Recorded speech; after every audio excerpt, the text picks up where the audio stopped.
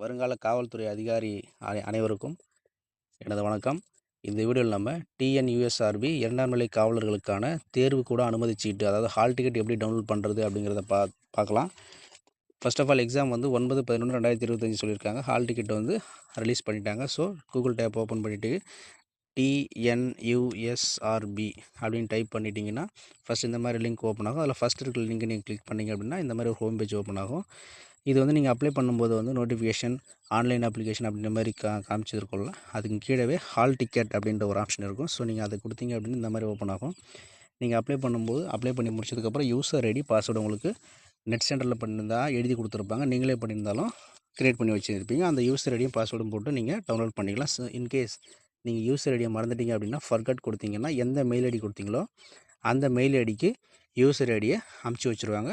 So நீங்கள் எடுத்து exam attend பண்ணலாம். All the best.